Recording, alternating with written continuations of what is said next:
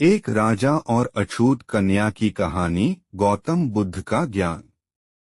आज की कहानी का शीर्षक है राजा और एक अछूत कन्या। हमने समाज में फैली हुई कुरीति, जिसमें लोग दूसरे व्यक्ति को अछूत समझते हैं, उस मानसिकता पर कटाक्ष करने की कोशिश की है। आज की कहानी में हमने बताया है कि ऐसी ही मानसिकता रखने वाले एक राजा को गौतम बुद्ध ने कैसे उसकी मानसिकता को मिटाया। एक राजा और अछूत कन्या की कहानी। यह उस समय की बात है जब लोग सोचते थे कि नीची जाति के लोग सिर्फ छोटा मोटा काम ही कर सकते हैं, वह कला संगीत या किसी बड़े पद पर काम करने के लायक नहीं है। एक कन्या थी जो कि संगीत में माहिर थी। वह बहुत अच्छे गीत गाती थी, लेकिन वह जहाँ भी जाती उसे यह कहकर निकाल दिया जाता कि वह अछूत है। लोगों की इस तरीके की बातें सुनकर वह बहुत दुखी हो गई। उसने फैसला किया कि वह किसी दूसरे नगर में चली जाएगी, जहाँ पर कोई उसे जानता ना हो। उसने ऐसा ही किया। वह किसी दूसरे नगर की ओर चली गई। उसने सोचा, यह नगर मेरे लिए बिल्कुल नया है, यहाँ मुझे कोई भी अछूत कहकर नहीं बुलाएगा। मैं यहाँ के राजा के दरबार जाऊंगी और कोशिश करूंगी कि वह मुझे अपने राज दरबार में एक गायिका के रूप में रख लें। कन्या राजा के दरबार में पहुंची। कन्या राजा के दरबार में पहुंच गई। कन्या को देखकर राजा ने पूछा। राजा बोला, कौन हो तुम कन्या? यहाँ कैसे आना हुआ? लड़की बोली, महाराज मैं एक गायिका हूँ और आपके समक्ष एक गीत प्रस्तुत करना चाहती हूँ। यदि आपको मेरा गीत पसंद आए तो आप अपने दरबार में मुझे एक गायिका के रूप में रख सकते हैं। खुशी से अपना जीवन यापन करने लगी थी। राजा के दरबार में समारोह की घोषणा। काफी समय गुजर जाने के बाद राजा ने राज्य में समारोह की घोषणा करवा दी, जिसमें आसपास के राजाओं को भी आमंत्रण भिजवा दिया गया। राजा अपने मंत्री से बोले, हमारे नगर में एक समारोह होने जा रहा है। इसमें आसपास के नगर की सभी राजाओं को निमंत्रण दिया गया है।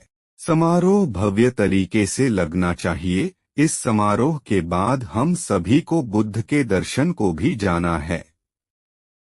मंत्री ने कन्या के पास जाकर संदेश दिया कि हमारे नगर में समारोह हो रहा है, सभी आसपास के राजा आने वाले हैं, तुम्हें गीत गाने हैं। कन्या ने पूछा, क्या आप उन नगरों के नाम बता सकते हैं जहां के राजा आने वाले हैं? मंत्री के एक एक करके नाम बताने शुरू किए, जिसमें वह नाम भी था यहाँ से वह आई थी। यह सुनकर वह डर गई और सोचने लगी कि मेरे पिछले नगर के राजा ने अगर मुझे पहचान लिया और राजा को बताया कि मैं अछूत हूँ तो मुझे यहाँ से भी निकाल दिया जाएगा। हो सकता है राजा गुस्से में आकर मुझे दंड भी दे दें। समारोह का दिन आ गया। सभी नगरों के राजा दरबार में उपस्थित हो गए। नृत्य नाटक बहुत से कार्यक्रम हुए, सभी ने बहुत अच्छा प्रदर्शन किया। फिर उस कन्या के गीत गाने की बारी आई। उसने बहुत अच्छा गीत गाया। सभी राजाओं ने उसकी तारीफ की। तभी उस नगर के राजा, जो कि जानता था कि वह अछूत कन्या है, वह राजा से बोला, राजा तुम्हारे सभी कार्यक्रम बहुत ही अच्छे थे, लेकिन गायन जैसी महान कला के लिए तुमने एक अछूत को रखा हुआ है। राजा बोला, यह क्या कह रहे हो आप? वह अछूत है। मुझे तो पता ही नहीं था। राजा क्रोधित हो गए और कहने लगे, कितने वक्त से वो हमसे झूठ बोलती रही थी, उसे इसका दंड अवश्य मिलेगा। मंत्री ने आकर बताया, वह कन्या तो कहीं चली गई है। राजा ने अपने सैनिकों को उसका पीछा करने के लिए भेज दिया। कन्या कहाँ जा रही थी, उसको खुद भी पता नहीं था, वह बस चल रही थी। वह नगर से जितना जल्दी हो सके दूर जाना चाहती थी। वह बहुत खौफ रही थी, उसे बहुत प्यास भी लगी थी। तभी बुद्ध भी अपने अनुयायियों के साथ उसी रास्ते से आ रहे थे। बुद्ध ने जब कन्या को डरी सहमी हालत में देखा तो वे कन्या से बोले। बुद्ध बोले, कन्या तुम बहुत थकी हुई दिखाई दे रही हो, यह सामने कुआं है, तुम यहाँ से जल पी लो और मुझे भी पिला दो। तभी वहां राजा भी उपस्थित हो गए। वे क्या देखते हैं कि वह कन्या भी उधर है और बुद्ध उससे पानी मांग रहे हैं। यह देखते ही राजा बोल पड़े, हे महात्मा, यह कन्या मेरे नगर की गायिका थी, पर इसने हमसे अपनी पहचान छुपाई और जैसे ही हमें पता चला कि यह एक अछूत है तो यह वहां से भाग गई। कृपा करके आप इस अछूत के हाथ से जल न पिए। मैं आपकी सेवा के लिए केवड़े का जल लाया हूँ, आप इसे ग्रहण करें। बुद्ध राजा से बोले, मुझे यह केवड़े का जल नहीं चाहिए। इसके बाद बुद्ध ने कन्या से कहा, कन्या क्या तुम मुझे इस कुएं से निकला हुआ जल पिला दोगी? कन्या को बड़ा आश्चर्य हुआ क्योंकि बुद्ध पहले इंसान थे जिन्होंने कन्या को अछूत कहकर नहीं बुलाया बल्कि उसे पानी पिलाने को कहा। इसके बाद कन्या ने कुएं से जल बाहर निकाला, लेकिन कन्या को थोड़ा संकोच हो रहा था कि क्या ये सही है, एक सन्यासी का एक अछूत के हाथ से जल पीना। बुद्ध कन्या के मन का भाव समझ गए, किंतु फिर भी वे कन्या से बोले, क्या हुआ पुत्री, अब संकोच कैसा? कन्या ने हाथ जोड़कर बुद्ध से कहा, महात्मन आप तो बड़े ज्ञानी हैं, क्या आपको शोभा देगा एक अछूत के हाथ से पानी पीना?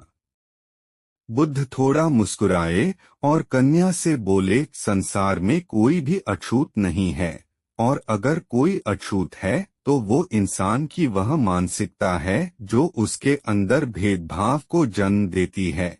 इसी मानसिकता के लोगों के कारण आज तुम खुद भी अपने आप को अछूत समझने लगी हो। असल में तुम अछूत नहीं हो, बल्कि ऐसी मानसिकता रखने वाले लोग अछूत है।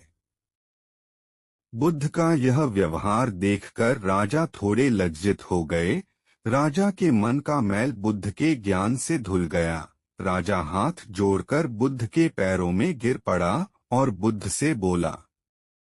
राजा बुद्ध से बोला, आप ठीक कहते हो, मैंने इस कन्या की कला को नहीं देखा कि यह कितनी गुणवान गायिका है, बल्कि मैंने सिर्फ उसकी जाति देखी कि यह अछूत है। मैं बहुत बड़ा महाज्ञानी हूँ। इसके बाद कन्या ने बड़ी प्रसन्नता से बुद्ध को जल दिया और बाद में अपनी प्यास बुझाई। इसके बाद बुद्ध ने राजा से कहा, इस कन्या से इसके जीने का साधन मत छीनो, इसे पुनः अपने नगर में गायिका के स्थान पर रख लो।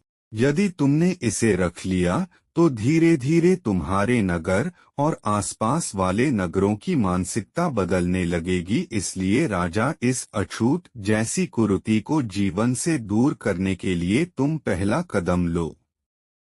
राजा बुद्ध से बोला, यह मेरा सौभाग्य है भगवान कि मुझे इस समाज को बदलने का एक मौका मिल रहा है।